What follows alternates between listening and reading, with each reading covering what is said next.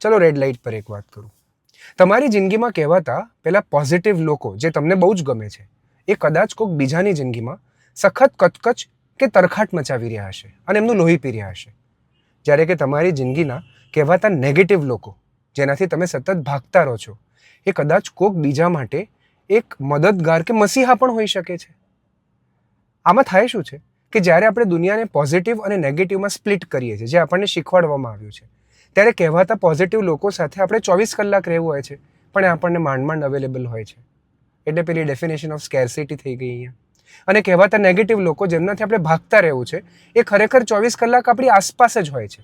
અને હવે આમની કોઈ નેગેટિવ વસ્તુ નહીં, પણ એમનું અસ્તિત્વ જ એ આપણા માટે ભયંકર એટમ બોમ્બ જેટલું ભયજનક બની જાય છે. આપણને શીખવાડેલા ફર્ગેટ ને ફર્ગીવના પ્રિન્સિપલને ભૂલવું પડશે, કારણ કે ફર્ગીવ કરવા જેટલા સેલ્ફ એકચ્યુઅલાઇઝડ એ હ્યુમન હજી થયા નથી, એટલે એટલી હાયર લેવલે મેન્ટલી પહોંચ્યા નથી.